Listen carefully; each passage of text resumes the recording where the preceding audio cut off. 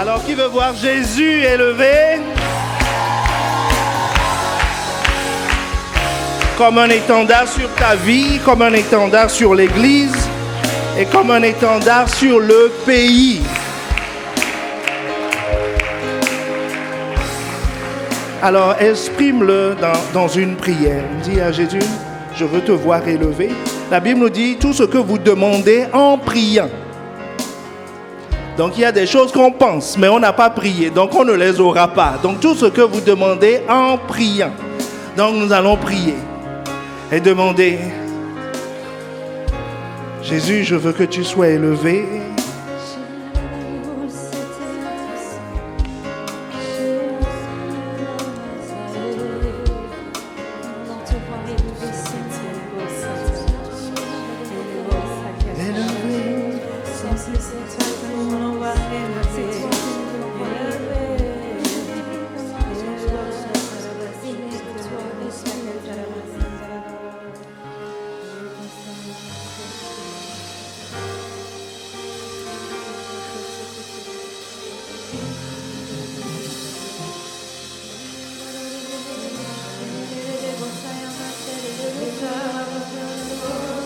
Tu es couronné, tu resplendis comme un soleil. Les ailes autour de ton trône. Oh, à l'agneau de Dieu, soit la gloire. Oh, à l'agneau.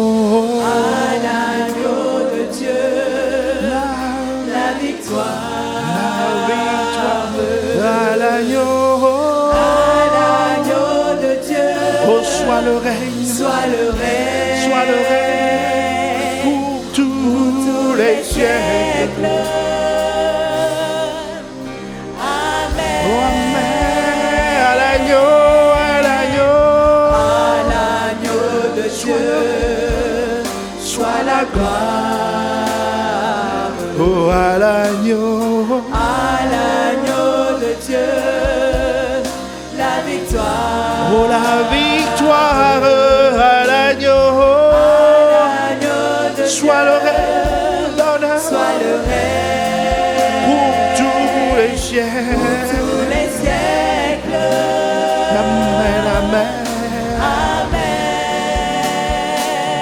Seigneur, à toi l'honneur, à toi l'honneur, à toi la gloire, à toi l'honneur, à toi la reconnaissance, à toi la gloire, à toi la gloire. Seigneur, à toi nos vies, à toi nos forces, à toi tout ce qui est en nous. Seigneur, à toi nos désirs, à toi nos cris, à toi nos forces, à toi tout ce qui est en nous. Ah, Seigneur, c'est nos vies que nous t'offrons, c'est nos vies que nous te donnons.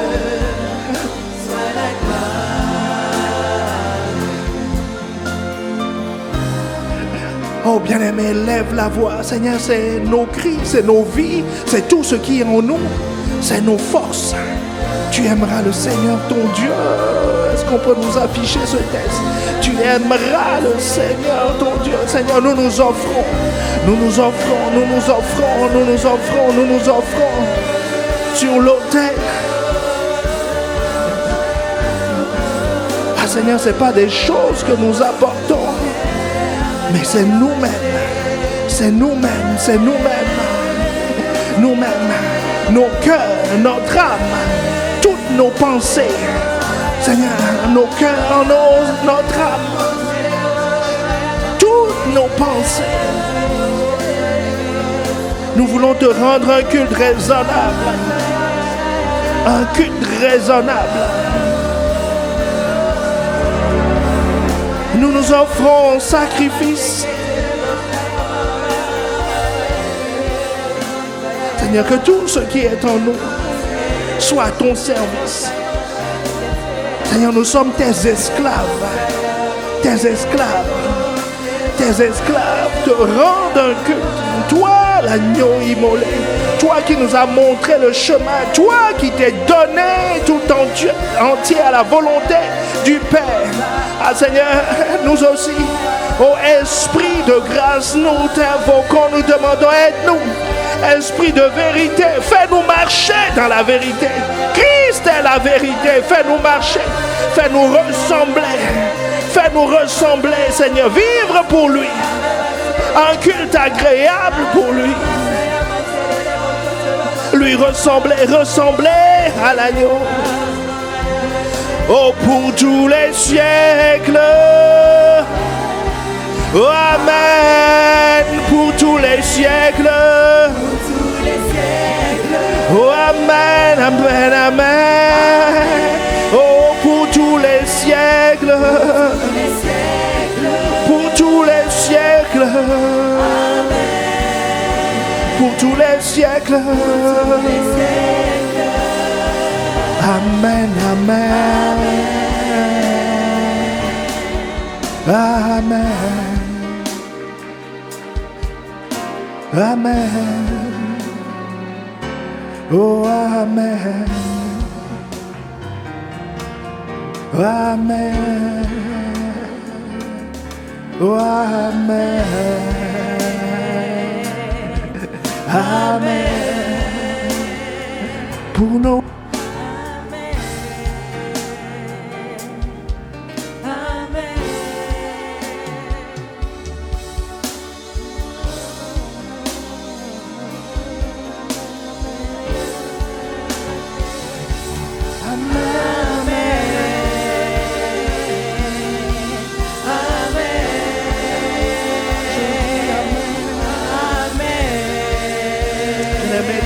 de prophétiser, de proclamer qu'il en soit ainsi, pas pour aujourd'hui seulement, mais pour tous les jours. Amen, amen, amen, amen. Amen, amen. Seigneur, merci pour ta présence au milieu de nous.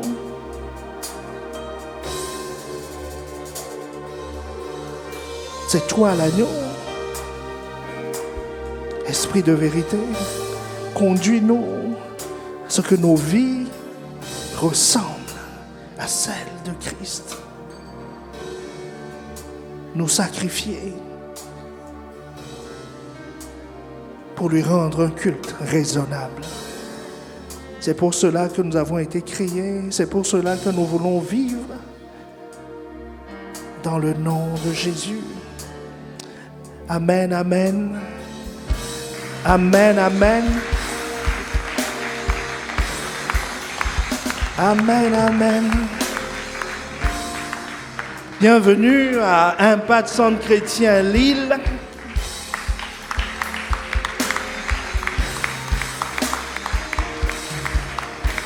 Une église en apparence ordinaire. Qui croit cela? Une église en apparence ordinaire. Mais où la gloire de Dieu est réelle, où la gloire de Dieu est palpable. Amen. Où nous sommes transformés chaque jour en de véritables disciples. Alors tu peux te tourner vers ton voisin, dis-lui bienvenue dans cette maison glorieuse, la maison de Dieu. Amen. Alors nous voulons célébrer Dieu pour notre Père dans la foi, notre berger, notre apôtre, Pasteur Yvan, qui est au Canada aujourd'hui. Et à cause du décalage horaire, nous ne pouvons pas être dans le direct. Mais nous bénissons Dieu pour sa vie et pour la parole prophétique qui est libérée à chaque fois, parce que ce thème sur la supplication est un message qu'il a reçu et qui a été commencé, introduit par notre apôtre, notre deuxième père, Pasteur Yves.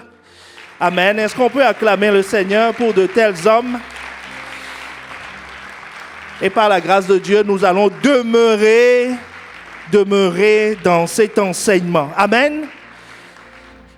Donc, nous pouvons prendre place parce que nous voulons demeurer dans l'enseignement des apôtres. dans l'enseignement des apôtres et donc nous restons sur le thème de la supplication. Qui est béni par ce sujet? Amen. On dirait que ton acclamation n'exprime pas la joie que tu as, à moins que je me trompe. Mais c'est un réel privilège pour nous de bénéficier de ces enseignements, d'évoluer, de demeurer dans cette parole. Amen. Donc, Pasteur Yvan, il y a 2 dimanches en arrière, nous a parlé des ingrédients de la supplication que Dieu exauce, les ingrédients de la supplication que Dieu exauce. Et dans cet enseignement, il nous a parlé de l'importance du service, n'est-ce pas? L'importance du service pour pouvoir servir, pour pouvoir remplir les conditions d'une bonne supplication, pour être un bon supplicateur selon le cœur de Dieu. Que quelqu'un me dise Amen. L'importance du zèle, l'importance du service, l'importance de servir le Seigneur pour être un bon supplicateur. Vous comprenez que le terme supplicateur est un terme local, n'est-ce pas? Une invention lilloise. Donc, vous ne pouvez trouver ça que dans le dictionnaire lillois. Amen. Et il était parti, et nous allons partir de là, de Romains 12, le verset 11. La Bible nous dit, « Ayez du zèle et non de la paresse. Soyez fervents d'esprit, servez le Seigneur. » Et il nous avait expliqué que servir le Seigneur, ce terme servir le Seigneur, vient du mot douléo. Amen. Qui en grec veut dire être l'esclave de, servir, faire le service. Et dans son sens métaphorique, ça veut dire obéir à, se soumettre à. Obéir à et se soumettre à. Et nous avions fait la différence, il avait fait la différence entre l'esclave, donc, qui sert le Seigneur. Donc, ça veut dire que le seul statut que Dieu veut, désire, la volonté de Dieu pour ses serviteurs, ce n'est pas d'être employé, mais c'est d'être des esclaves. Amen. C'est d'être des esclaves. C'est de lui obéir, d'obéir à ses lois. Mais quel est le lien entre être esclave de Dieu et ma supplication? Vous savez, nous avions dit que la supplication, c'est une demande qui est faite à une autorité supérieure, n'est-ce pas? C'est une humble demande d'aide ou de miséricorde envers une personne qui est en position élevée, en position d'autorité. Et Pasteur Yvan nous avait expliqué que la supplication, la prière de supplication, c'est introduire sa demande devant, non le Père, mais le juge, le juste juge, qui est Dieu. Dieu est juge de toute la terre. Il est aussi notre Père. Genèse 18 nous dit, à la fin, je lis la dernière partie du verset qui dit, « Celui qui juge toute la terre n'exercera-t-il pas la justice? » Dieu juge toute la terre. Dieu juge toute la terre. Donc, quel est le lien entre le service et se présenter le fait de rencontrer, de traiter avec le juge de toute la terre? Il est très important pour nous que nous puissions comprendre ces choses parce que, vous vous rappelez la dernière fois, on avait dit que chaque fois que tu te présentes au tribunal, ce n'est pas ton nom et ta date de naissance seulement qu'on vérifie, on vérifie ta qualité, c'est-à-dire qui es-tu pour prétendre à ce que tu demandes. Imaginez, quelqu'un dit, on a dit que la supplication, c'est d'adresser une demande à une autorité supérieure, n'est-ce pas? Une demande de miséricorde. Imaginez, quelqu'un, il écrit à l'Éducation nationale et il demande une bourse d'études. Il dit, je veux une bourse pour un master. Ah, belle demande. Donc il écrit, j'ai l'honneur, et il finit sa lettre. Mais qu'est-ce qu'on va lui demander? Avez-vous votre licence? Il a noté son nom, son prénom, ou il demande une bourse pour aller à l'université. On va lui demander, as-tu ton bac? Est-ce que quelqu'un me suit? Donc sa demande ne sera pas traitée parce que la lettre est bien écrite. La demande sera traitée parce que celui qui traite va d'abord voir, est-ce que cette personne, monsieur X, peut prétendre? Est-ce que quelqu'un me suit? Peut prétendre. Le fait de pouvoir prétendre, c'est ce que nous appelons ma qualité de. Est-ce que je suis en qualité de? Est-ce que je suis bachelier? Est-ce que je suis licencié est-ce que j'ai mon master pour prétendre au doctorat? Est-ce que j'ai tel diplôme? Imaginez, quelqu'un écrit, il passe devant un hôpital et on dit qu'on cherche des infirmières. Et puis il lit, il dit, je cherche du boulot. Puis il écrit, j'ai l'honneur. Il dit que j'ai beaucoup d'aptitudes. Je suis compatissant ici. Il dit, je veux devenir infirmier. On va le recevoir, puisqu'on en cherche. Donc on va le recevoir. On le reçoit. Avant de commencer la conversation, qu'est-ce qu'on va demander? Tes diplômes, tu as étudié où? Il dit, non, je suis né avec. Donc on va lui dire, non, on ne naît pas avec.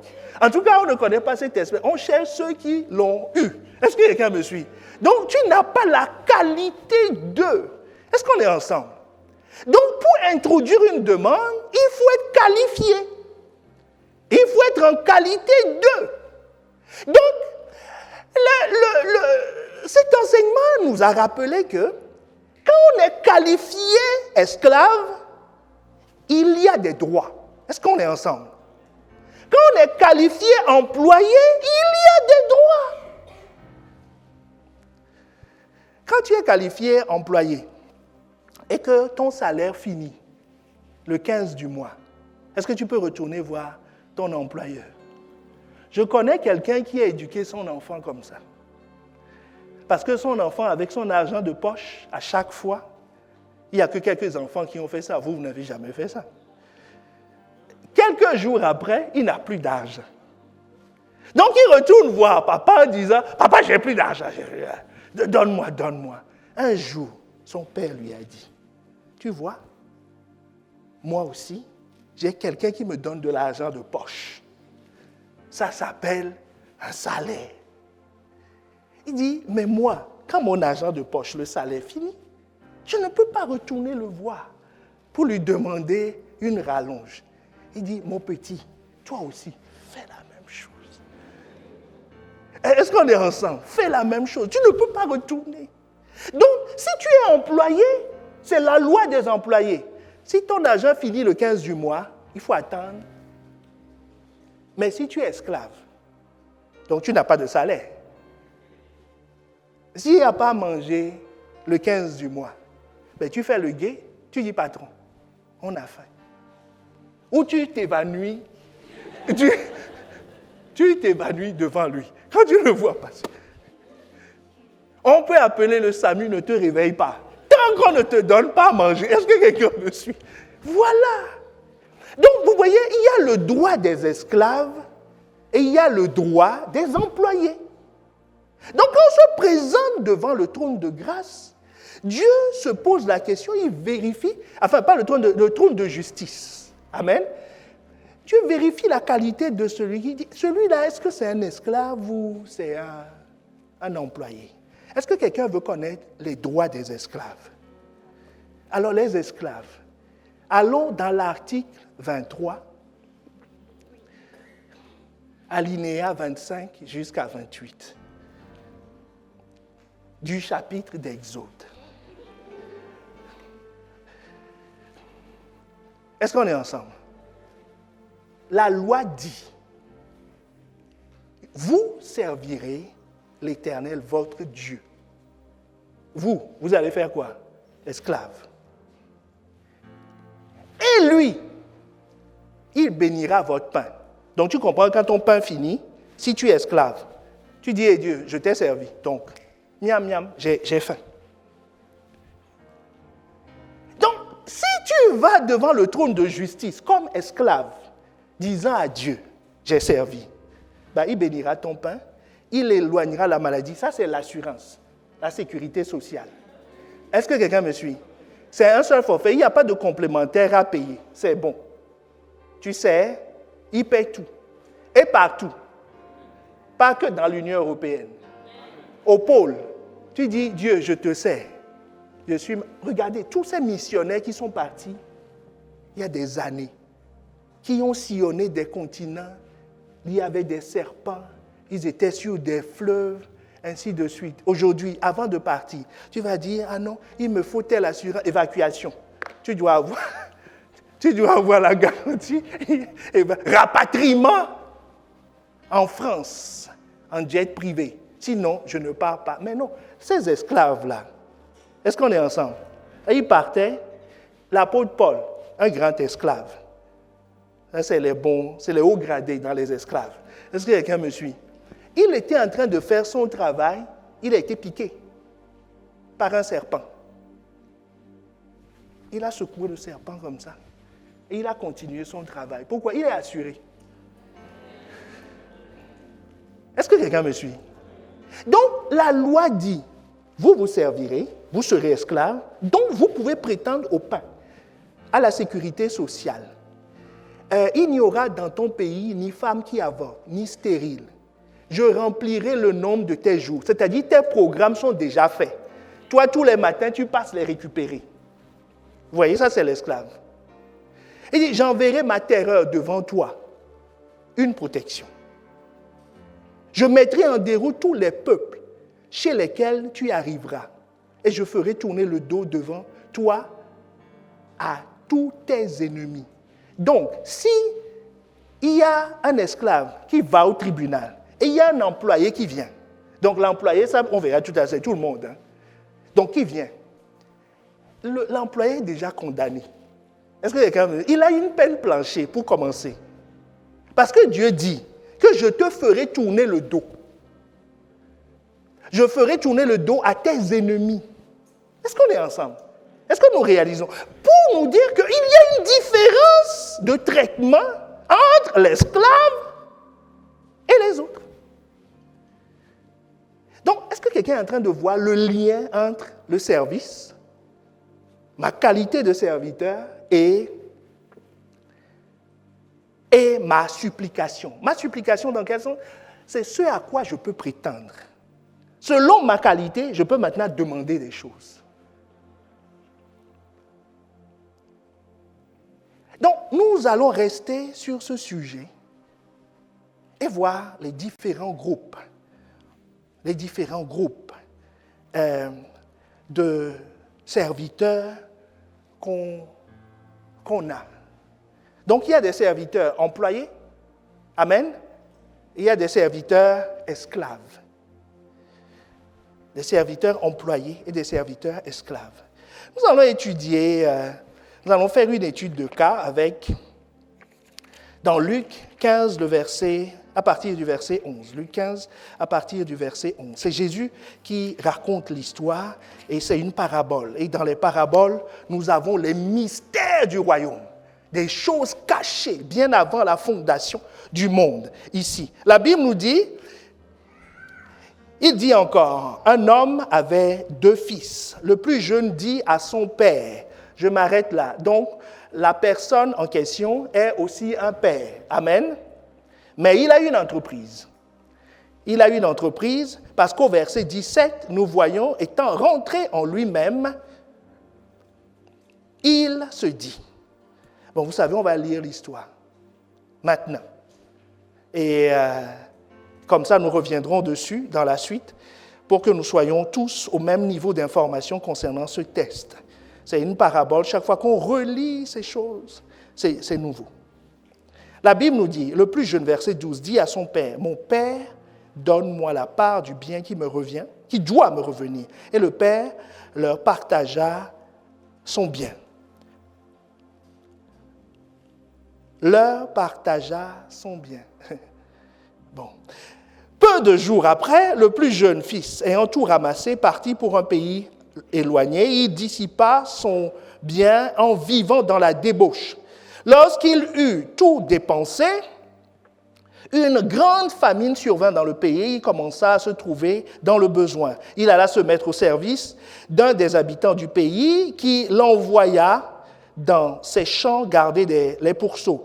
Il aurait voulu se rassasier des carouges que mangeaient les pourceaux, mais personne ne lui en donnait. Étant rentré en lui-même, il se dit « Combien de mercenaires chez mon père ont du pain en abondance, et moi, ici, je meurs de faim. » Donc, dans les travailleurs, les personnages dans l'histoire, nous avons un fils cadet. Nous verrons tout à l'heure, enfin, si on lit la suite de l'histoire, il y a son frère aîné, parce que la Bible nous dit au début qu'ils étaient 2 enfants. Que quelqu'un me dise Amen. Donc, il y a un frère, et il y a un frère aîné et un frère cadet. Et la Bible nous dit, le père leur partagea son bien. Donc, si on dit leur partagea, on a partagé à qui et à qui? À l'aîné et au cadet. Mais le cadet, lui, une fois qu'on lui a partagé, il a ramassé ses clics et ses claques et il est parti. Donc, ça veut dire qu'on peut avoir l'héritage, on peut vivre, avoir les richesses, avoir nos besoins pourvus sans partir. Amen. Mais lui, il a tout eu.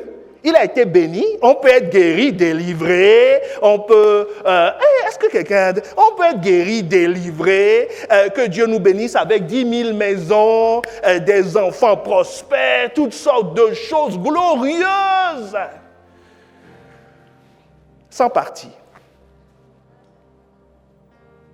Donc, ce n'est pas la richesse qui fait partir les gens.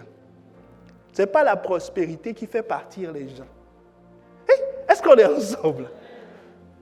C'est l'état du cœur. Donc, les groupes que nous allons voir sont constitués par l'état du cœur. Ce n'est pas le bien le problème. On peut être très riche et être consacré. Non, tu ne veux pas dire Amen. Demande à ton frère, pourquoi tu ne veux pas dire Amen? Quoi, ça casse tes excuses ou... Parce que certains disent que c'est les pauvres qui adorent Dieu, qui servent le Seigneur. Quelqu'un est tellement persuadé de ça que lui-même, sa relation avec Dieu est rythmée par les besoins. Mais la bonne nouvelle, il leur, que quelqu'un dit il leur, partage. Donc, quand on dit partage, c'est un père qui est juste. Donc, ça veut dire que le frère aîné qui est ici est aussi richissime que l'autre. Et mieux encore, comme lui, il est resté à la maison, il ne dépensait rien. Donc, il est très, très riche. Parce que l'autre, il doit quand même payer son transport et tout ça. L'autre, il est à la maison, il mange, il boit et il a de l'argent sous le matelas. Et il est tranquille. Et d'ailleurs, il réinvestit. Il a acheté des actions dans l'entreprise familiale. Donc, comme c'est lui, donc la rentabilité, ça croît. Est-ce qu'on est ensemble? Donc, ici, nous avons vu, il y a l'aîné, le frère aîné, dont nous venons de voir les caractéristiques. Nous avons le frère cadet, qui est aussi riche que l'aîné. Et nous avons une catégorie de personnes, au verset 17, les mercenaires, qui sont aussi bien lotis. Leur situation est enviable, puisque le fils cadet pense à eux en disant, mais il ne manque pas de pain. Il ne manque pas de pain, il mange bien là-bas. Donc le premier groupe que nous allons voir, c'est justement ces personnes. Qu'est-ce qui les caractérise? Nous sommes en train de parler du service, n'est-ce pas? Que ma qualité de serviteur me donnera des droits, des choses auxquelles je peux prétendre, des sujets de supplication. Donc cette première catégorie qu'on appelle les mercenaires, c'est des gens qui sont là Et regardez comment on les recrute. Matthieu 20. La Bible va nous expliquer comment on les recrute.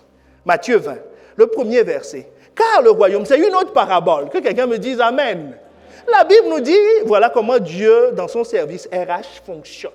Il dit, mais le royaume des cieux est semblable à un maître de maison qui sortit dès le matin afin de louer des ouvriers pour sa vigne. On a fait quoi? Location. Il les a loués. Donc, ils ne lui appartiennent pas. Est-ce que toi, tu appartiens à ton employeur? Bien-aimé, tu appartiens à ton employeur? Mais non. Il t'a loué. Amen. On t'a loué. Tu loues tes capacités. C'est pour ça que chaque mois, tacitement, vous renouvelez le contrat. Parce que si tu dis le mois prochain, je ne le loue plus, ça s'appelle démission. Est-ce que quelqu'un me suit? Voilà. Mais si c'est une propriété, l'esclave va aller dire à Dieu. Donc, vous voyez les intermittents du service. Il y a les intermittents du spectacle, il y a les intermittents du service. Ils servent Dieu pendant une phase. Et dans d'autres phases, ils ne servent plus. Selon les phases de la vie. Selon sa disponibilité. Vous voyez, il est en location. Ça peut être longue durée. Hey, demande à ton voisin, tu es là où tu es déjà parti.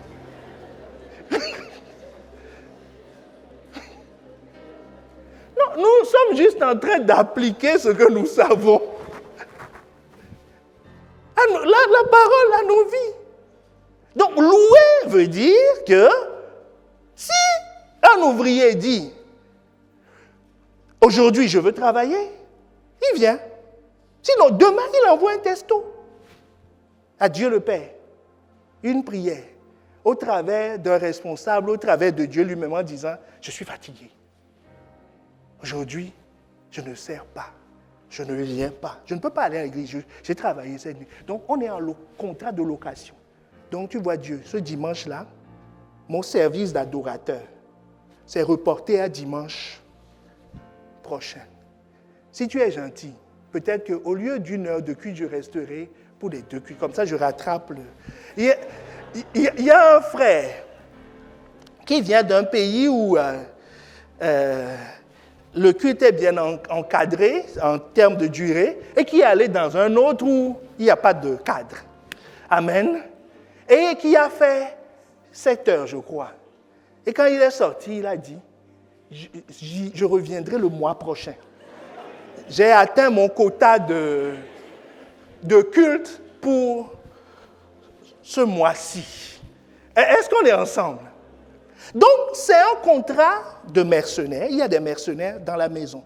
Mais le maître, Dieu nous dit, le juste juge dit, je respecte le droit des mercenaires. Qu'est-ce qui caractérise le mercenaire? C'est que la relation qu'il a avec le maître est caractérisée par un contrat. Amen. Un contrat de location de ses capacités. C'est un contrat. C'est tout ce que le maître lui doit, c'est un salaire. Et il ne veut pas savoir le reste. Sauf si le maître veut lui faire grâce. Dans l'histoire, nous lirons qu'il y en a qui sont venus à la première heure, il y en a qui sont venus à 6e, 9e heure, et il y en a même qui sont venus à la 11e heure de la journée. 11e heure de la journée. Et le maître a décidé de payer un denier à tout le monde. Vous imaginez, il doit y avoir un mouvement social dans le... Parce que pour eux, c'est inadmissible. Mais le maître leur répond au verset 15. « Ne m'est-il pas permis de faire de mon bien ce que je veux? Ou vois-tu de mauvais œil que je sois bon? » Amen. Que je sois bon. La plainte, donc la supplication que ces hommes ont fait monter, ils ont dit, il dit, verset 12, ces derniers n'ont travaillé qu'1 heure, et tu les traites à l'égal de nous. Donc vous voyez, c'est un sujet de supplication. C'est-à-dire, pourquoi l'autre, celui qui serait protégé, pourquoi sa famille fonctionne? Pourquoi il n'a pas de problème? Pourquoi quand il est attaqué, il s'en sort toujours? Est-ce que quelqu'un voit les sujets de... On se pose des questions. Pourquoi sa famille est stable? Ben on a toujours marché ensemble. Pourquoi il a ceci? Pourquoi il a telle grâce? Ben, le maître dit, écoute, je suis libre de faire ce que je veux. Est-ce qu'on est ensemble? Je suis libre de faire ce que je veux. Je suis libre de faire ce que je veux.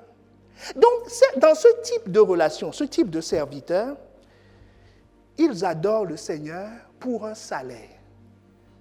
Ils prient à l'approche des examens. Ils prient à l'approche d'un entretien d'embauche.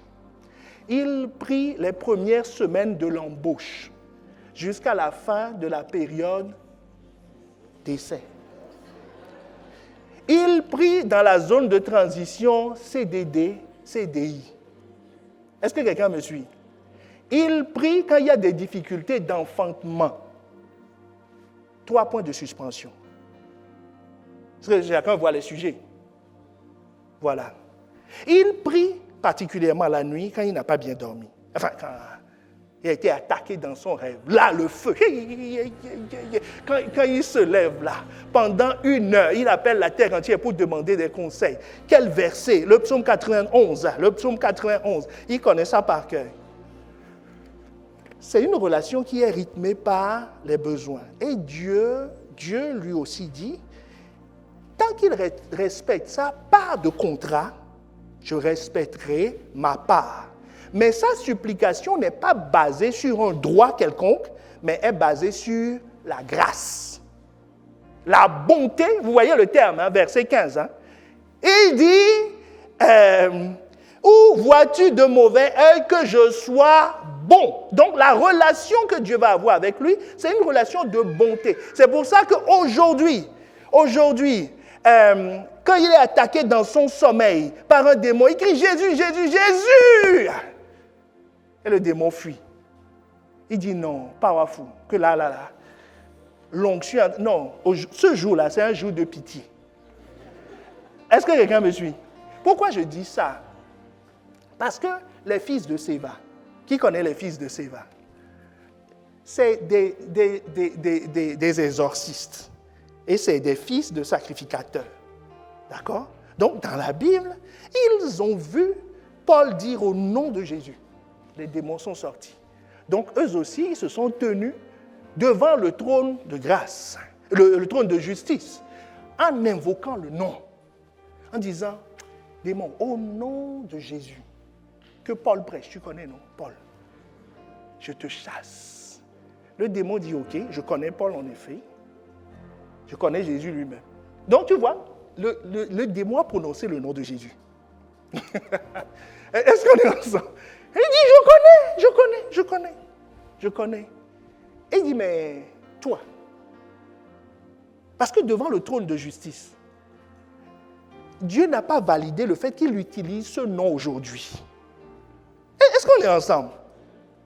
Donc ça s'est terminé. La Bible dit qu'ils ont perdu des affaires. C'est-à-dire qu'ils sont partis à moitié nus. Ou complètement, enfin bon, bref. Est-ce qu'on est ensemble? Donc, cette relation, cette supplication ne peut être basée que sur la bonté. Quand je sers Dieu comme mercenaire, c'est-à-dire je loue mes services, c'est sur la bonté. C'est pour ça qu'aujourd'hui, il exauce. Demain, il n'exauce pas. Selon ce qu'il veut. Selon ce qu'il veut. Dans la même situation, je peux être avec un inconverti et il exauce l'inconverti et moi je suis là. Je dis, mais c'est pas juste. Il dit, non, vous avez le même statut. Tu vois, je t'ai donné hier, non? Aujourd'hui, je donne à l'autre aussi.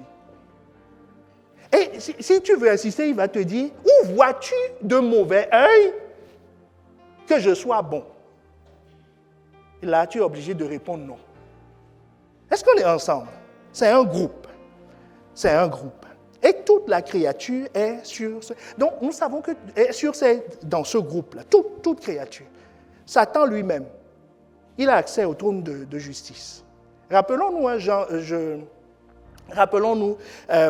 Genèse 18, il a accès, toute créature a accès à Dieu, en tant que juge, toute créature. Donc, Satan lui-même, il se présente au milieu des fils. Les fils, c'est quoi? C'est les anges, certes. Mais toi, tu as fait ta prière, tu as dit Amen. Si on veut imager, Dieu reçoit tout le monde, mais si on devait faire la queue, quand tu as fini ta prière à 6 heures, le diable vient et dit, c'est mon tour. Moi aussi, je veux parler à Dieu. C'est ce que la Bible nous dit. Et Dieu le reçoit, dit alors, puisqu'on nous dit dans l'Apocalypse qu'il est l'accusateur travaille où? Au tribunal, non? Ah ben donc lui aussi, il est dans la file, il est dans le rang comme ça. Il ne faut pas qu'il soit derrière toi, mais il est dans le rang. Lui aussi se présente. Les démons font des supplications. Est-ce que tu veux être... Parce que quand je vois ton voisin, j'ai l'impression qu'il n'est pas convaincu. Les démons font une prière à Jésus. Là, tu vas dire Job, c'est l'Ancien Testament, non? Allons dans Matthieu 8, 31. Les démons se sont réunis, ils ont envoyé une délégation chez Jésus. Ils ont dit, les démons priaient.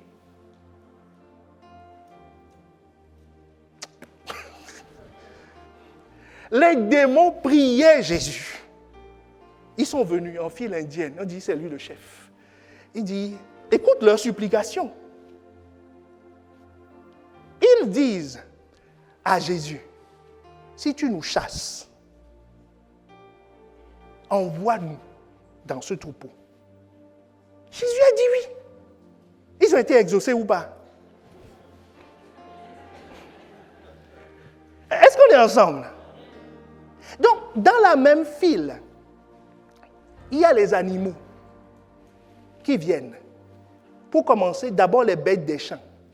Ça, c'est le lièvre et tout ça. Tous ceux qui sautent là, qu'on écrase sur les autoroutes, là, ils viennent. Ils crient.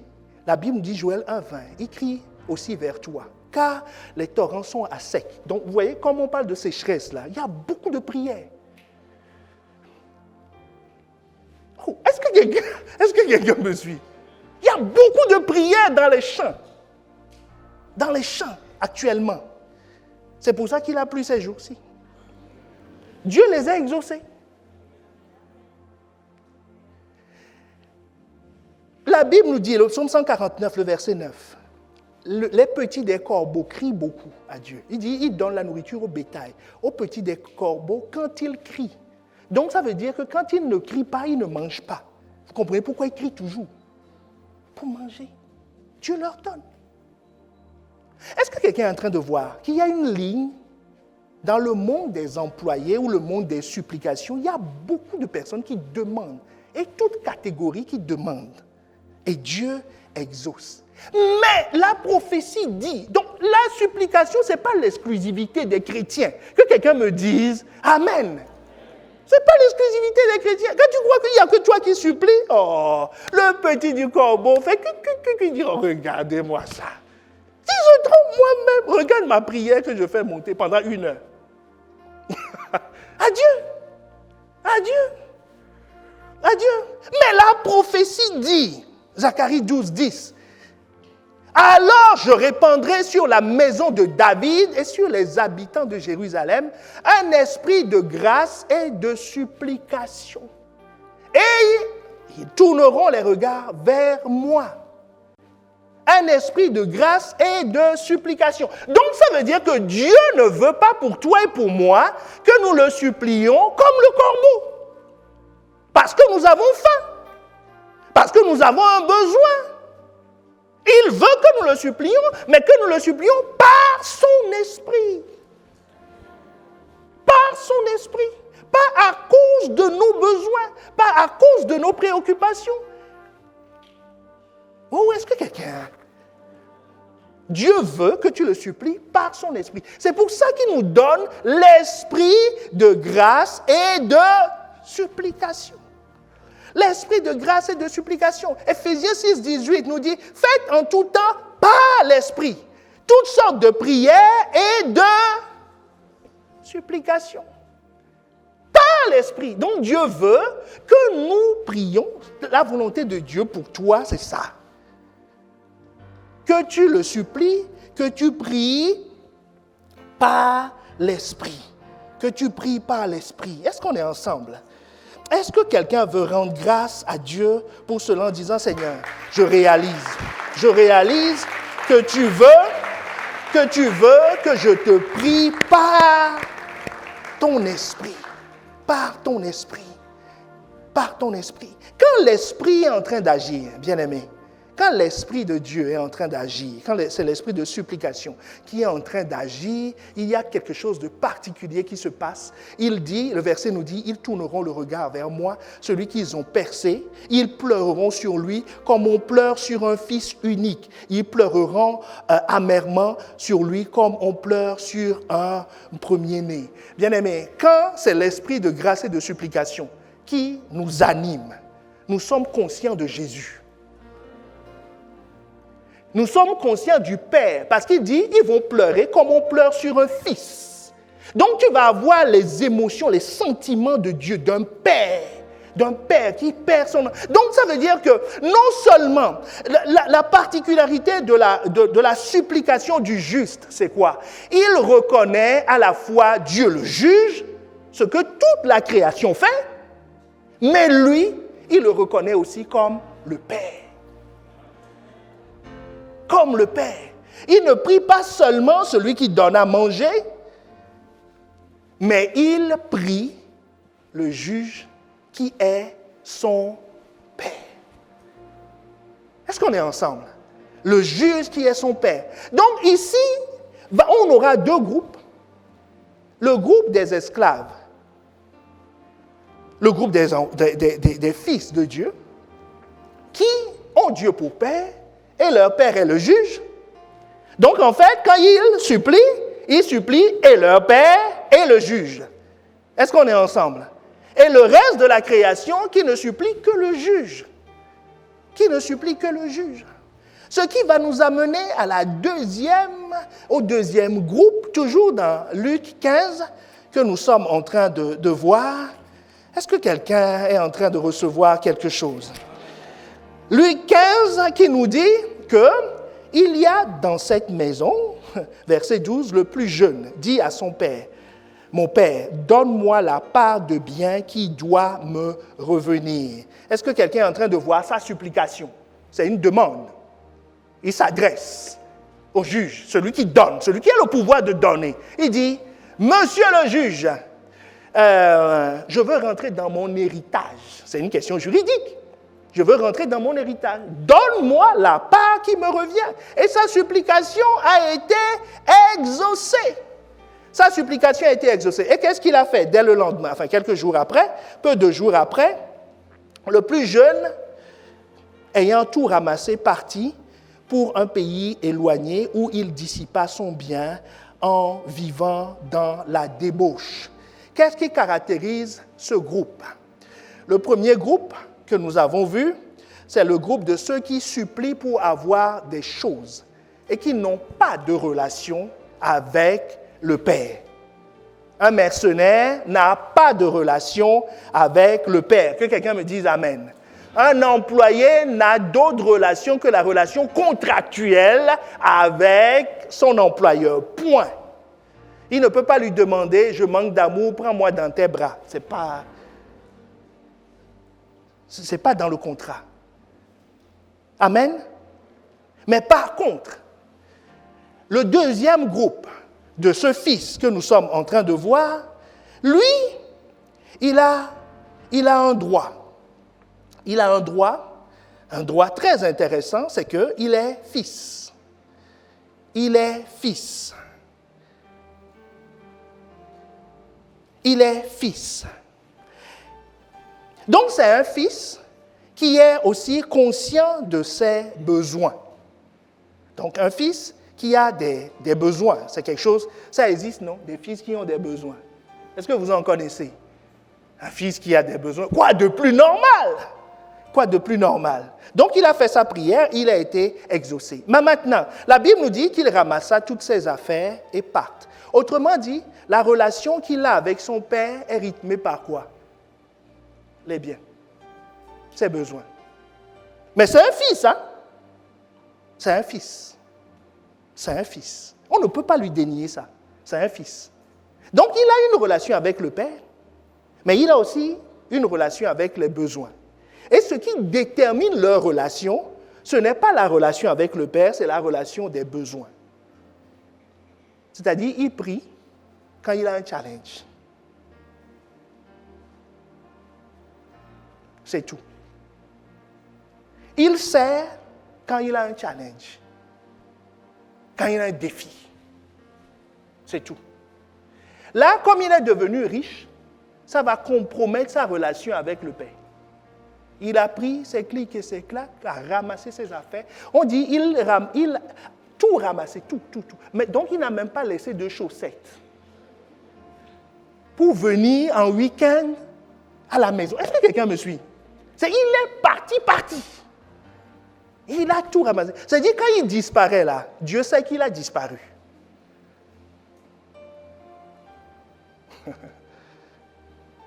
Sa relation est rythmée par les besoins. Il repensera à son père que quand il sera dans le manque. Vous voyez toute l'histoire. Il n'a jamais repensé à son père. Hein? C'est au verset 17 qu'il dit, étant rentré en lui-même, il a commencé à réfléchir. C'est-à-dire, il ne repense à Dieu, à la prière, au chemin de l'église que quand il sent une certaine culpabilité, quand il a un besoin, quand il ne s'en sort plus dans la ville, mais tant qu'il s'en sort, il continue. Et ce qu'il ne savait pas, c'est qu'il avait une relation brisée avec le Père. Mais c'est un fils. Que quelqu'un dise, c'est un fils. Mais il a une relation brisée avec le Père. Quand on a une relation brisée avec le Père, en fait, l'expression que la Bible utilise, c'est qu'on n'est pas en paix avec Dieu. Amen. Il n'y a aucun lien entre l'exaucement de mes prières, la richesse. Je vous ai dit, il est parti riche, richissime. Il n'y a aucun lien entre la prospérité de ma vie et ma relation avec Dieu. Il était prospère. Quand il sortait de la maison, il était très riche. Mais par contre, il n'avait aucune relation avec son Père. Donc, nous ne devons pas nous fier à nos exaucements ou à ce que nous appelons bénédiction. Est-ce qu'on est ensemble? Comme critère de relation avec Dieu. Il est riche, mais pas de relation. Il n'est pas en paix avec Dieu. Romains 5.1 nous dit, étant donc justifiés par la foi, nous avons la paix avec Dieu. La paix est la caractéristique de la relation. La paix. Ce n'est pas la richesse. Vous voyez, Ésaü et Jacob, qui étaient partis riches. Jacob est parti avec un bâton. Je ne sais pas où on a coupé le bâton. Un bâton, un peu d'huile. Même s'il a pris 1 litre d'huile, c'est tout ce qu'il a. Et puis la bénédiction, la paix. Est-ce qu'on est ensemble? La paix avec son père. Ésaü est resté à la maison avec les milliards de son père. Il a tout gardé, puisque l'autre est parti. Il a fui. C'est lui qui a tout. Mais le riche, selon Dieu, c'est qui? C'est Jacob. Les Écritures parlent de Jacob jusqu'à la fin. Ésaü, quand on mentionne son nom, Dieu se fâche. Donc, est-ce qu'on est ensemble? La paix. Donc, la caractéristique de ce groupe, c'est un fils. C'est un fils, mais qui a plus conscience des besoins que de la relation avec Dieu. Qui investit plus dans les besoins, d'accord, que dans la relation avec Dieu. Quel impact ça a sur sa relation, sa supplication, quand on est dans cette catégorie? C'est que n'ayant plus de relation, ses prières s'arrêtent au plafond. Dieu ne l'exauce plus. Est-ce qu'on est ensemble?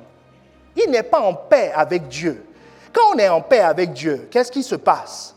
Quand on est en paix avec Dieu, bien aimé, tout à l'heure, je vous ai dit que les deux ont eu des biens. Donc, ce n'est pas les biens le problème. Les deux ont eu des biens. Quand on est en paix avec Dieu, on peut être richement béni et avoir une relation intime avec Dieu, une relation qui croît. Quand on est en paix avec Dieu, la foi continue à croître. Amen. Tu continues à croire de plus en plus. Tu te dis, j'ai été béni hier, j'ai été richement béni, mais je continue. Je viens toujours. Je sers de plus en plus le Seigneur. Est-ce que quelqu'un est en train de voir? Je sers de plus en plus le Seigneur. Ça te stimule même. Tu te dis, waouh, ça marche. Il y a quelques jours, quelques heures, on était ici et on comptait, on disait, mais les bienfaits de Dieu. On dit, mais plus on sait, plus on se rend compte que on est béni, quoi. On est béni. On était plusieurs à se le dire en disant, mais regarde la bénédiction de Dieu qui nous accompagne. La bénédiction. Un jour, j'étais allé acheter quelque chose. J'avais déjà acheté. Donc, le commercial, il sait que c'est bon. Il a sa prime et tout. Mais il continuait à me rajouter des options. Il dit, mais vous savez, je peux vous offrir ça aussi. J'ai dit, mais il a un problème ou... Il a déjà vendu. La chose est signée. Je suis déterminé. Alors, mais il dit, non, je rajoute. Ça aussi, vous pouvez... Il rajoute. Comme je commençais à me plaindre, la voix me dit, chut, tais-toi. J'ai dit, mais pourquoi? Dieu dit, ça c'est moi. C'est moi qui te donne. C'est moi qui paye. Donc j'étais parti chargé. Je me suis tué. Hein. J'étais muet comme une tombe. Je ne disais plus rien. Je n'exprimais même pas de sentiments. Content ou pas content, non. Il rajoutait. Quand il s'est arrêté, je dis, oh, toi aussi, continue. Est-ce qu'on est ensemble? Donc, la foi, bien-aimé, quand on est en paix avec Dieu, la Bible nous dit, mais Jésus dit à la femme, ta foi t'a sauvé, va en paix. La foi croit, va en paix. Elle vient d'être exaucée. Sa supplication a été entendue. Mais Jésus l'a fait repartir avec quoi? La paix. La paix. La paix de Dieu. Quand on est en paix avec Dieu, c'est-à-dire, quand on est en paix avec Dieu, Acte 9, le verset 31, regarde, une église en paix avec Dieu. La Bible nous dit l'église était en paix dans toute la Judée, la Galilée, la Samarie, s'édifiant. Tu vas continuer à t'édifier. Les miracles ne vont pas t'éloigner. Non. Tu vas continuer à t'édifier dans ta foi. Tu crois. Tu pries de plus en plus. Tu lis de plus en plus. Tu cherches Dieu de plus en plus. Tu sers de plus en plus.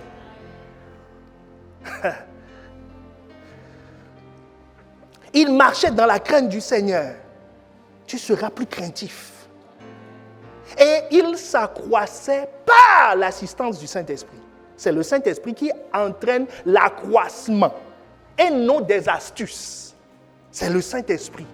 Et lui-même, il s'assoit et dit, waouh, mais regarde encore ce que Dieu a fait. Telle percée, j'en demandais pas autant. Hey, est-ce que quelqu'un est en train de voir? Mais quand on n'est pas en paix avec Dieu, comme ce fils, est-ce que vous voyez un de ces signes-là dans sa vie? Aucun. Tout allait en décroissant.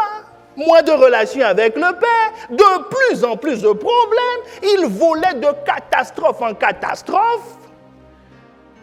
Pourtant, il était béni. C'est son Père qui lui a donné ces choses. Mais il ne pouvait même plus supplier parce que la relation est coupée, ils ne sont plus en paix. Mais pour revenir, bien-aimés, il y a un chemin pour revenir, pour rentrer dans la supplication conduite par l'esprit de supplication. Le Saint-Esprit est là pour nous réconcilier. L'esprit de supplication, c'est l'esprit, Romains 8,15, d'adoption. C'est le même qui nous fait crier Abba Père. Abba Père. Qui nous rappelle, quand nos demandes sont bloquées, il dit non, laisse la demande. Ça, ce n'est pas un problème. Que quelqu'un me dise Amen. Mais il dit avant, il faut que tu te réconcilies avec le Père. C'est pour ça qu'étant rentré en lui-même, il retourna à la maison pour se connecter au Père. Quand la paix n'est pas là, vous savez ce qu'on ressent? La culpabilité. La culpabilité. Acte 16, verset 36, le geôlier annonça la chose à Paul. Et la fin du verset dit, allez en paix. C'est le geôlier, hein? Donc celui qui exécute les ordres du juge. Il dit, allez en paix. Vous n'êtes plus coupable. Est-ce qu'on est ensemble? Que Dieu t'ouvre l'esprit. T'ouvre l'esprit. Je suis venu ce matin avec ce mandat de nous rappeler de nous rappeler que si je suis dans cette situation, ce n'est pas la volonté de Dieu pour moi parce que Dieu veut que je le reconnaisse comme juge et Dieu veut que je le reconnaisse comme Père. Et que l'esprit de grâce et de supplication me réconcilie avec le Père pour qu'il puisse opérer dans ma vie. Pour qu'il puisse opérer dans ma vie. Il ne vient pas me condamner. Il ne vient pas dire, ah, c'est fichu, c'est foutu, tu es perdu. Non, il dit, j'ai été envoyé pour vous aider à supplier de la bonne façon. Donc, il dit, écoute, tes demandes, on les connaît, laisse. Viens, sois adopté à nouveau. Reconnecte-toi à Dieu. Cherche le Père. Cherche le Père. Cherche le Père. Et il y a un troisième groupe. Donc, premier groupe, c'est ceux qui n'ont aucune relation avec le Père, ont une relation contractuelle avec le Père. Toute leur supplication sera basée sur la grâce. Amen. Deuxième groupe, ils ont une relation avec le Père, mais une petite relation avec le Père, une grosse relation avec les besoins. Amen. C'est un mix des deux. Ils ont les deux. Mais leur relation avec le Père est rythmée par les besoins, pas par la relation avec le Père. Ceux-là, ils ne sont pas en paix avec le Père. Leurs supplications sont bloquées. Il doit passer par la case repentance. Rapidement, la repentance, c'est quoi? Il faut distinguer la repentance du regret. Que quelqu'un me dise Amen. Je ne sais pas pour vous, mais moi, si j'étais à la place de ce fils, mangeant avec des fourchettes en or, des mets succulents, les meilleurs morceaux, puis me retrouvant en concurrence directe avec les porcs, je vais pleurer. Je ne sais pas pour vous. Qui va pleurer comme moi? Moi, je vais pleurer. Je vais même rouler dans la poussière. Je vais crier, maman, maman. Tu ne peux pas appeler papa. Donc je dis, maman, maman. Parce que c'est dramatique. C'est dramatique d'être un enfant bien-aimé et d'avoir une condition inférieure d'envier les mercenaires. Est-ce que quelqu'un imagine? Il envie les mercenaires. À tel point que son rêve dans la vie, si on lui demande que veux-tu faire, il dit, si je peux être mercenaire, ce serait bien. Donc, c'est dramatique. Donc, il regrette. Et c'est un individu normal. Parce que qui ne regretterait pas? Mais regretter ne conduit pas chez le Père. La Bible nous dit, étant rentré en lui-même, le regret c'est où? Au niveau du corps, si tu as des séquelles, là il ne mange pas. Donc, en tout cas, à midi, le ventre regrette. Je ne sais pas entre deux, mais le ventre, lui, regrette. Mais l'âme regrette tout le temps, parce qu'il y a cette séparation. Il ne peut pas appeler son père. Il n'a pas d'argent pour acheter le forfait. Il est séparé de tout. Tout ce qui faisait sa joie, tout, c'est fini. C'est fini. Donc, il n'est pas en paix. Est-ce que ça parle à quelqu'un? Il n'est pas en paix. Il essaie de prier, mais il n'est pas en paix. Lui-même, il sait que Dieu ne l'écoute pas. Le diable aussi, c'est pour ça qu'il ne l'attaque même plus. C'est ce qu'il n'est pas écouté. Est-ce qu'on est ensemble? Mais, la Bible nous dit, étant rentré en lui-même. Donc, la repentance commence quand tu rentres en toi. En toi veut dire où? Ton esprit. Qui a déjà volé ici? La police va venir. Je repose ma question. Qui a déjà volé ici? Il y en a, certains d'entre nous devons lever les deux mains, les pieds, prêter des bras, dire, moi, j'ai volé. Bon, alors, qui a déjà regretté d'avoir volé? Souvent à cause des conséquences, non? Mais quand il n'y a pas de conséquences, est-ce qu'on regrette? On donne, on dit non, c'est un arrangement technique, c'est pas quelqu'un qui l'a oublié, comme si on était sur le monde. Qu'on ne sait pas, non, c'était pour goûter, ceux qui volent la viande, vous voyez. Voilà, c'était pour goûter, voilà, chacun a ses raisons. Mais maintenant, quand l'esprit de grâce et de supplication, l'Esprit Saint vient, quand tu voles, même si c'est pour goûter, Même si quelqu'un l'a oublié, il y a une voix, non? Qui donne quel nom? Péché. Est-ce qu'on est ensemble? L'immoralité sexuelle devient péché. Avant, on est tombé. C'est les conditions atmosphériques et locaux-régionales. Mais maintenant, ça devient péché. Est-ce que quelqu'un me suit? C'est le nom. Regarde, verset 17, verset 18, il dit, je me lèverai, j'irai vers mon père, je lui dirai, mon père, j'ai péché. Il n'a plus d'excuses. Avant ça, on a des excuses. Hein? On dit, mais toi aussi, si tu ne, quand moi je suis le petit, je te demande, donne-moi l'héritage. C'est toi qui es sage, c'est toi qui es l'ancien. Pourquoi tu n'as pas dit non? Pourquoi tu ne m'as pas pris pour me dire, écoute petit, on ne demande pas de telles choses. Pourquoi tu as fait le virement? Est-ce que quelqu'un me suit? C'est des excuses. Et il va répéter ça longtemps. Les gens disent que oui, je fais ceci parce qu'on m'a fait cela. C'est ça. Est-ce que quelqu'un comprend? Ça, c'est des excuses. Mais là, son discours a changé. Il dit, quand j'irai, je ne vais pas beaucoup parler aujourd'hui. J'ai juste un mot. Père, j'ai péché. C'est tout. Péché veut dire quoi? Manquer le but. Quel but? Le but que toi tu as fixé. Ce que j'ai fait n'est pas conforme. Donc, si quelqu'un n'arrive pas à cette conclusion, il peut pleurer. Il est au stade du regret. Est-ce que quelqu'un me suit? Tant que tu n'appelles pas ça comme Dieu l'appelle, tu ne peux pas changer. Ce n'est pas la peine qu'on chasse les démons. Parce que les démons même disent, est-ce que c'est moi qui t'ai dit que ce n'est pas péché? Parce que moi, mon rôle, c'est de faire pécher les gens. Donc moi, je sais que c'est un péché. Je dis, vous mentez trop, les... Je dis, nous, on sait que c'est ça. C'est mon travail, à aider les gens à pécher. Si c'est mon travail, donc aujourd'hui, je ne vais pas renier mon travail. Je suis professionnel du péché. Je ne vais pas renier mon travail. Voilà ma carte. Est-ce que quelqu'un me suit? C'est toi qui dis que ce n'est pas un péché, que c'est une erreur technique, que c'est ceci, que c'est cela. Donc lui, le frère cadet, il a fini avec ça. Et quand on arrive à cette conclusion, bien aimé, il y a de l'espoir. Il y a de l'espoir. Il y a de l'espoir. Tes supplications seront à nouveau entendues. Là où le ciel était fermé, le ciel s'ouvre. Parce qu'il vient au tribunal en qualité de repentant. En qualité de repentant. Jésus dit justement, Jésus lui-même plaide, notre avocat. Il dit, mais oui, je suis mort pour ces individus-là, les voleurs comme lui. Là. C'est ça. Il dit, prenez-le. C'est un voleur comme ça que je cherche. Il dit, prenez-le. Donc, devant la cour de Jésus, Dieu dit, écoute, entre, j'écoute, quelle est ta demande?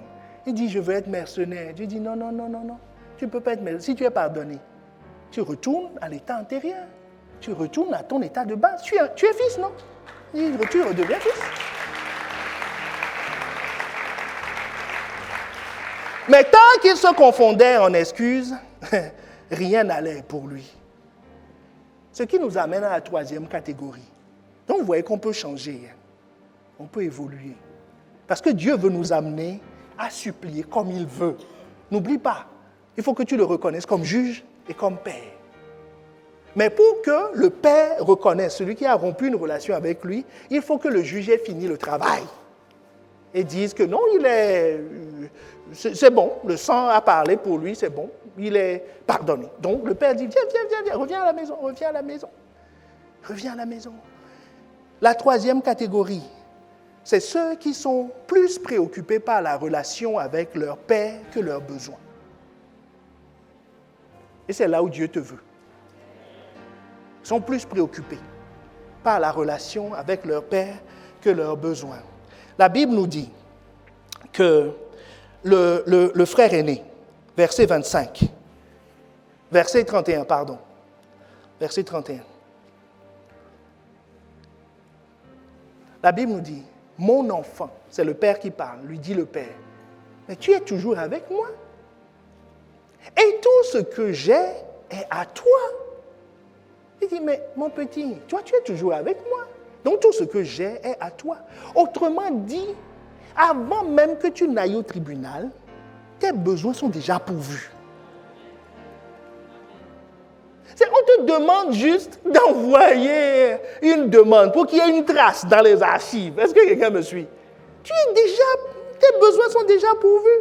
Mais il n'en avait pas la connaissance. Dans cette catégorie, c'est une personne qui cherche Dieu de tout son cœur. Je te vois dans cette catégorie.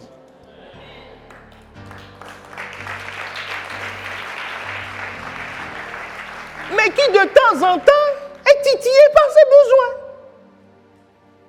Et il a quelques frustrations. Là, il a la frustration du chevreau. Il dit, j'ai faim. Donc avant, il ne pensait pas à ça. C'est pas ça qui rythmait sa relation avec le Père. Mais là, quand il voit les autres manger les chevreaux, il dit, moi aussi, j'aurais pu... Voilà, donc quand il entend une percée quelque part, il est en Christ, il sert fidèlement, il est consacré, mais il a des besoins. Est-ce que quelqu'un me suit? Il a des besoins comme tout le monde. Et il doit trouver du travail. Il doit payer ses factures. Il veut un enfant. Mais sinon, il aime le Seigneur. Est-ce qu'on est ensemble? Il a un problème qui le poursuit, il veut être délivré. Mais il ne pense pas à ça tout le temps, il sert le Seigneur. Mais de temps en temps, il se réveille, il dit, waouh, Seigneur, au fait, par rapport à ça, il le dit un instant, et puis après il continue. Est-ce qu'on est ensemble? Et Dieu m'envoie ce matin pour te rappeler les termes du contrat, les termes juridiques, le chapitre duquel tu relèves. Dieu dit à ce fils, il dit, mais toi tu es toujours avec moi, tout ce que j'ai est à toi. Tout. Tout ce que j'ai est à toi. Donc il dit, il y a une dimension que tu ne connaissais pas. C'est que la relation avec le Père s'accompagne toujours de la provision pour les besoins. Toujours. Parce que Père veut dire source. C'est pour ça que le psalmiste dit, l'Éternel est mon berger. Je ne manquerai de rien. Est-ce qu'il dit, l'Éternel est riche? Je ne manquerai de rien. Il dit, non, il est mon berger. Quand il occupe ce statut pour moi, à la rentrée, je ne m'inquiète pas en disant comment je vais faire ceci. Non, si je me qualifie comme étant, je l'accepte, je le reconnais comme étant mon berger. Si je reconnais que c'est lui qui m'a mis à l'école, comme il a mis Daniel à l'école, mais je suis boursier.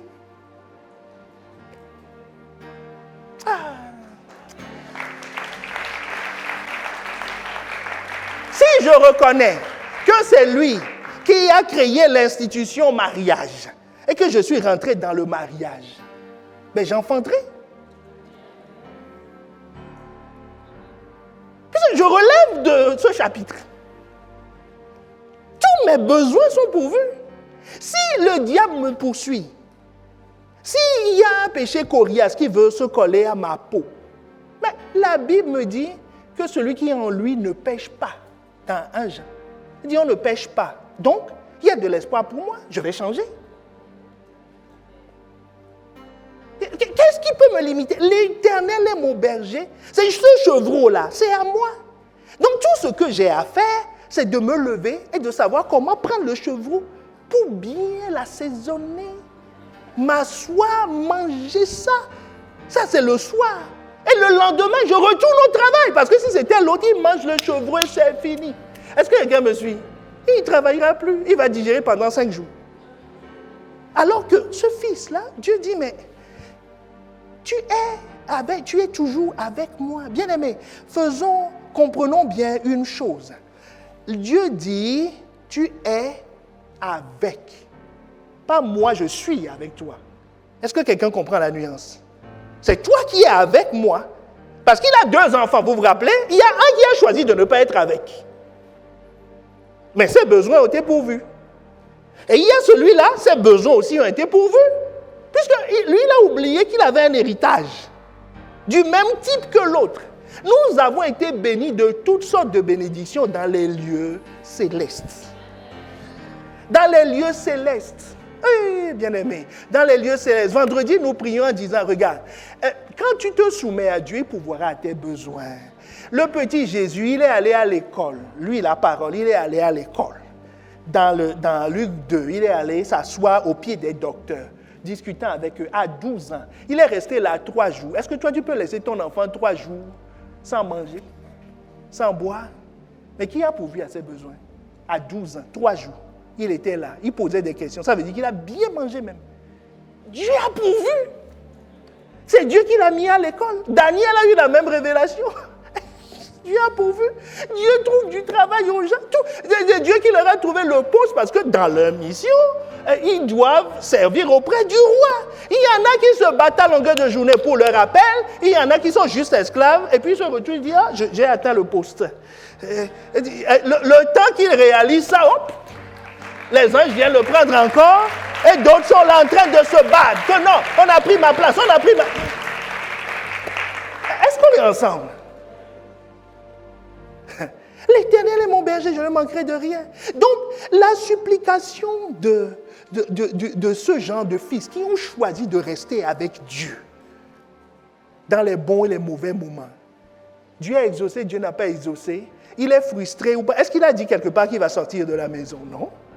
Il exprime juste sa frustration. Il dit, Père, j'aurais pu manger le chevreau aussi, mais c'est tout. Il dit, si c'est comme ça, je ne viens plus à l'église. Si c'est, non. Oh, dis à ton voisin, non. Il dit, Père, on est là. On peut avoir quelques questions, je peux être frustré des fois, mais toi et moi, on est là. On est là. Et Dieu dit, tous ceux qui sont dans cette catégorie, bien-aimés, rien ne leur manquera. Rien. Rien ne leur manquera. Rien ne leur manquera. Rien du tout. La Bible nous dit, psaume 127, c'est en vain, vous aussi, que vous vous levez tôt, que vous vous couchez tard. Vous peinez à gagner votre pain. Le Seigneur en donne autant à ses bien-aimés pendant qu'ils dorment. Leurs besoins ne sont pas pourvus par leur travail. Ils travaillent, hein? Mais ce n'est pas ça la source de leurs besoins. Voilà, c'est Dieu lui-même qui les finance directement. Et ils ne manqueront de rien du tout. Il y a un blocage administratif parce qu'il sert le Seigneur. Déblocage. Il est malade, il dit, hey, Dieu, j'ai besoin de mon corps. Il se lève, comme la belle-mère de Marie. La Bible nous dit, Jésus le guérit, la guérit, elle se leva aussitôt pour les servir. Il dit, mais je ne peux pas rester cloué ici. Est-ce qu'on est ensemble? Voilà, il y a quelqu'un qui se lève contre lui, il dit, hey, Dieu, tu as dit tes esclaves, hein, Esaïe, Exode 23, j'invoque la loi. Et les portes s'ouvrent, pouf. Les portes s'ouvrent. Daniel, combien de coups on a voulu lui faire? En inventant des choses sur lui. Tu es sûr, dans le milieu professionnel, les gens se lèvent contre toi. Et tu dis, un esclave comme moi. Tu dis, mon ami, un conseil, ne va même pas au tribunal. Réglons les affaires sur le chemin. Parce que si tu arrives au tribunal, on va te gifler d'abord avant de te demander, tu es venu pourquoi? Quand je dis on va te gifler, Dieu. Est-ce qu'on est ensemble? Est-ce qu'on est ensemble? Ceux qui sont dans cette dimension, rien ne leur est impossible. Donc la question, c'est comment rester avec Dieu en quelques instants. Parce que, rappelle-toi, la clé pour être qualifié dans ce groupe, pour être parmi les supplicateurs qui sont déjà exaucés, hein, c'est une formalité, leur supplication. C'est une formalité. Jésus lui-même est dans cette catégorie. Hein. Mais là, on est en train de voir la catégorie 3, une croix. Jésus, lui, il est dans plus. Un jour, si Dieu le permet, on ira dans ce qui caractérise Jésus dans cette catégorie. Il y a les Moïse, c'est encore un autre niveau. Là, on est au premier niveau. Tu as le niveau de Moïse et tu as le niveau de Jésus. Là, c'est l'or. Amen. Mais déjà, si nous pouvons mettre pied, tu vois, alors, et fermer la porte et rester là. On dit, dans quelle catégorie tu es? Tu dis, moi, je suis supplicateur catégorie 3. Catégorie 3. Donc, l'ennemi commence à trembler. Il dit, toutes ces demandes sont déjà exaucées. Exaucées. Exaucé. Exaucé. Pour rester avec Dieu, la Bible nous donne une clé majeure. La Bible te donne une localisation pour savoir où tu te trouves. Quelqu'un veut savoir où il est, où tu es là actuellement? Car là où est ton trésor, là aussi sera ton cœur. Donc, check ton trésor. Tu auras ton adresse. GP exact. Est-ce que quelqu'un voit la clé?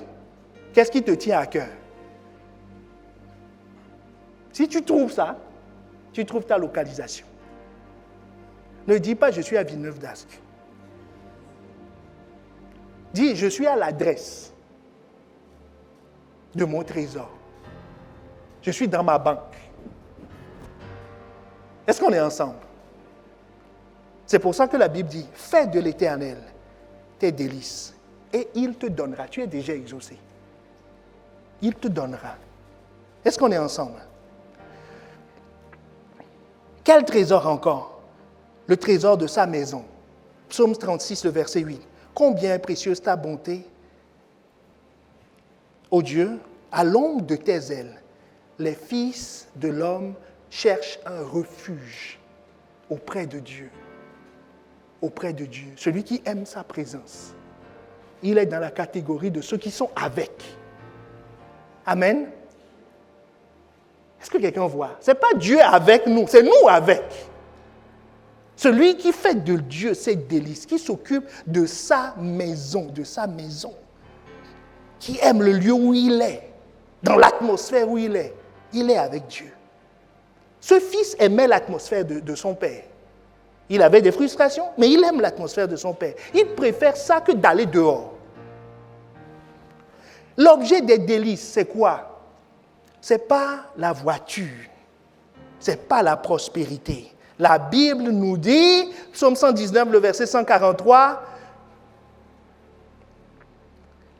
la détresse et l'angoisse m'atteignent.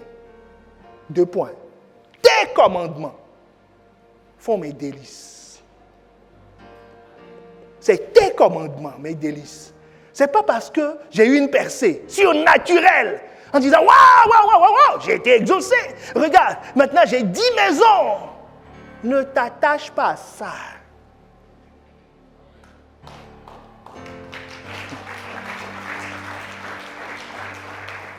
Mais saute de joie quand tu reçois la parole. Tu dis waouh. Révélation. Mes yeux sont clairs. Normalement, si tu étais éloigné, si tu es dans le groupe 2, tu dois commencer à sauter, à dire je vais retourner à la maison. Est-ce que quelqu'un je vais retourner à la maison. C'est toute révélation de Dieu. La maison de Dieu. Voilà, c'est un sujet de choix. Après, tu tournes et tu dis il y a aussi la maison, il y a la voiture, mais bon. Parce que la Bible dit cherchez le royaume et sa justice. Et ces choses-là, vous suivront. Tu seras des fois obligé de les chasser. Et eux, ils vont te dire, je dois te suivre. Il dit, ton pied, mon pied. Il dit, ne me cherche pas d'histoire. Parce que moi-même, j'ai des comptes à rendre à Dieu. Il dit, je dois te bénir.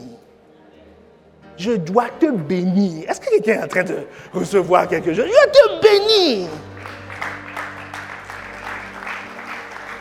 La Bible dit que ces bénédictions s'attacheront à toi. Pas que toi, tu vas t'attacher. Ces bénédictions ont des ventouses. Quand elles te localisent, ça fait... C'est pire que des sangsues qui sont sur toi. Tu dis, mais je suis fatigué. Il dit, non. Abraham, parce que ça fait partie de ses besoins pour son ministère. On dit, il devenait de plus en plus riche. Et il devenait fort riche. L'église primitive, on dit qu'il se multipliait. Il est arrivé à un moment, on dit qu'on ne peut plus compter. Nous allons là-bas. Nous allons là-bas. Bien-aimés, nous allons là-bas. La prophétie dit, Ésaïe 58, et nous allons prier. La prophétie dit, l'Éternel sera toujours ton guide. Il rassasiera ton âme dans les lieux arides. Il redonnera de la vigueur à tes membres. Tu seras comme un jardin arrosé, comme une source dont les eaux ne tarissent pas. Les tiens rebâtiront sur d'anciennes ruines. Tu relèveras des fondements antiques. Est-ce que quelqu'un est en train de voir ce que Dieu veut faire, ce qu'il est sur le point de faire? On t'appellera réparateur de brèches, celui qui restaure les chemins et qui rend le pays habitable. Si, que quelqu'un dise si, tu retiens ton pied pendant le sabbat pour ne pas faire ta volonté en mon jour. Si tu fais du sabbat tes délices pour sanctifier l'Éternel en le glorifiant, si tu l'honores en ne suivant pas tes voies, en ne te livrant pas à tes penchants et à de vains discours, alors tu mettras ton plaisir. Si tu renonces à tes choses, alors tu mettras ton plaisir en l'Éternel. Je te ferai monter sur les hauteurs du pays. Je te ferai jouir de l'héritage de Jacob, ton père, car la bouche de l'Éternel a parlé. La bouche de l'Éternel a parlé. Oh, est-ce que quelqu'un veut shifter maintenant et augmenter la proportion de chercher Dieu, la proportion d'avoir soif de lui, en disant, c'est toi le pourvoyeur, je m'attache à toi, je regarde à toi, je veux être dans la catégorie de ceux-là, je ne veux pas dépendre uniquement de la grâce, je ne veux pas dépendre de mes propres réserves, mais je veux dépendre de toi. Je veux dépendre de toi continuellement. Parce que le meilleur est à venir. Le meilleur est à venir. Le meilleur est avec toi. C'est toi mon meilleur. C'est toi mon seul bien. C'est toi mon pourvoyeur. C'est toi qui m'as mis à l'école. C'est toi qui m'as permis de me marier. C'est toi qui me donne la force, l'intelligence pour travailler. C'est toi qui me permet de servir. Je suis ton esclave. Je veux être ton esclave. Tu t'occupes de tes esclaves. Je veux être avec toi. Être avec toi. Bien-aimé, lève la voix, exprime, parle à Dieu. Il est rentré en lui-même, il s'est dit. Étant rentré en lui-même, il s'est dit, rentre en toi-même et parle à ton Dieu. Dis-lui ce que tu veux faire. Dans quelle catégorie tu veux être. Veux-tu lui faire confiance?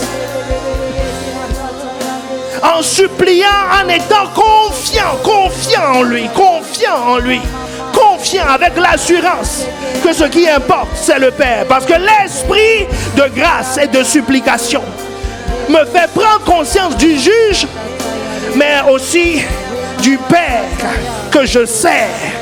Et le Père a plusieurs catégories de serviteurs. Mais je veux être de ces serviteurs-là qui lui sont agréables. C'est-à-dire des esclaves.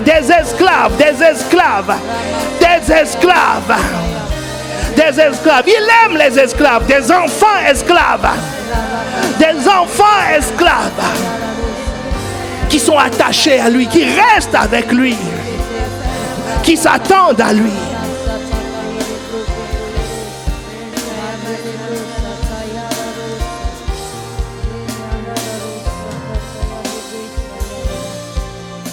Bien-aimé, parle à ton Dieu.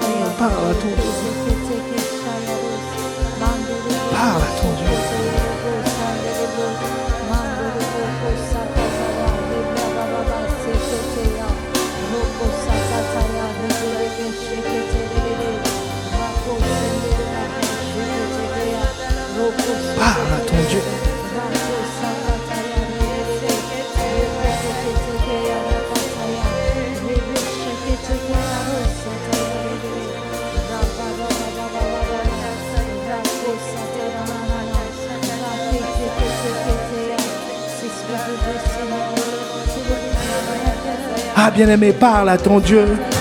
C'est fait exprès de ne pas donner de direction, quelle que soit la catégorie dans laquelle tu es. Chacun a parlé. Les premiers ont parlé, les deuxièmes ont parlé, le troisième a parlé. Et chacun a eu une révélation. Parle à ton Dieu. Exprime-lui. Dis-lui ce qui était tes frustrations, comme le troisième a dit.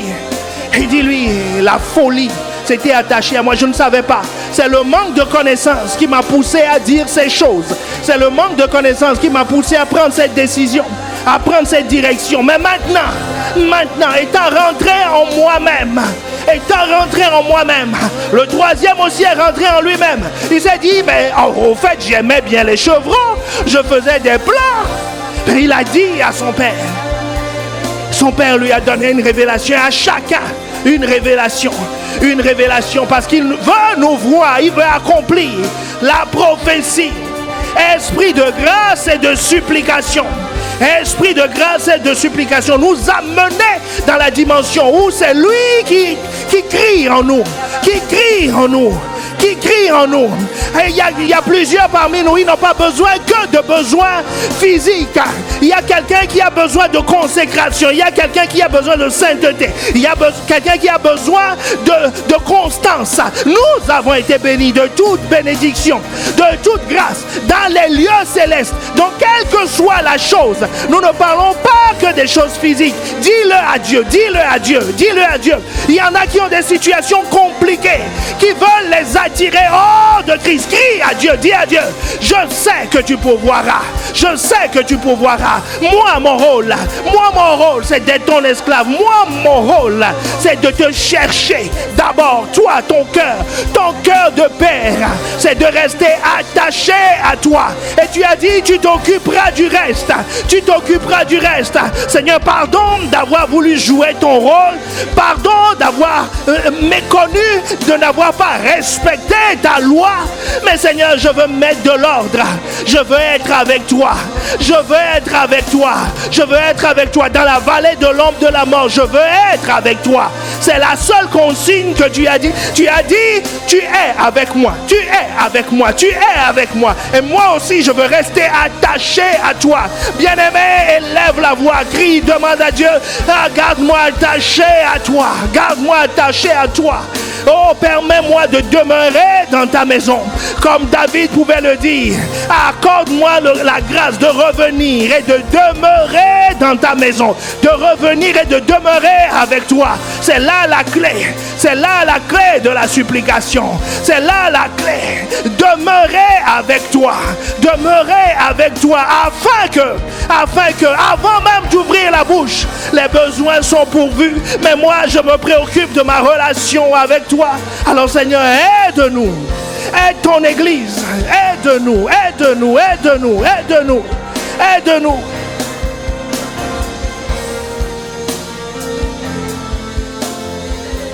Aide-nous. Dans le nom de Jésus. Il y a quelqu'un au milieu de nous qui n'a pas encore cette relation de père et d'enfant avec Dieu. Parce que tu ne l'as pas encore reconnu comme... Tu n'es pas encore né de lui, parce que c'est ça qui caractérise les enfants. C'est être né d'eux. La Bible nous dit comment on est de lui. Jean 1,12 nous dit à tous ceux qui l'ont reçu, c'est recevoir sa parole, c'est recevoir ses instructions.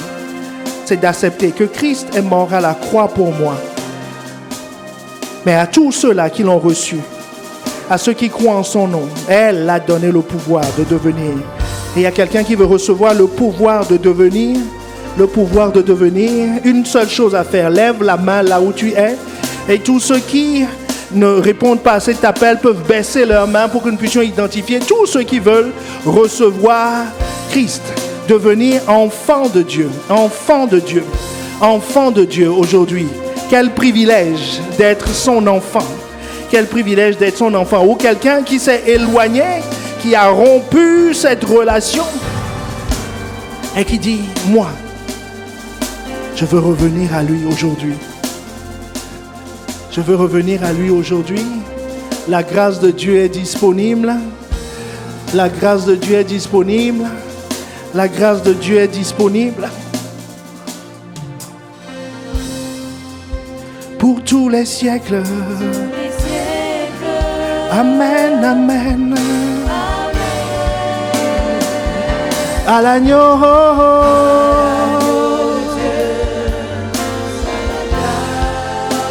Alors nous allons faire cette prière. Pour ceux qui ont levé la main, tu vas parler à Dieu. Tu vas dire: merci Seigneur d'être mort à la croix pour moi. Merci de me donner le privilège de devenir ton enfant par ton sang. De me faire changer de catégorie aujourd'hui. Que l'esprit de grâce et de supplication se saisisse de moi pour que je puisse te supplier comme tu veux. Dans le nom de Jésus. Dans le nom de Jésus. J'ai prié. Je vais prier pour toi. Esprit de grâce, esprit de supplication, confirme ta parole. Confirme ta parole. Confirme ta parole. Confirme ta parole. Seigneur, change la condition de ces personnes maintenant, dans le nom de Jésus. Seigneur, change leur condition, change leur vie, qu'ils soient une vitrine de Christ réelle, de ce que tu prends soin de tes esclaves, de ceux qui t'ont donné leur vie.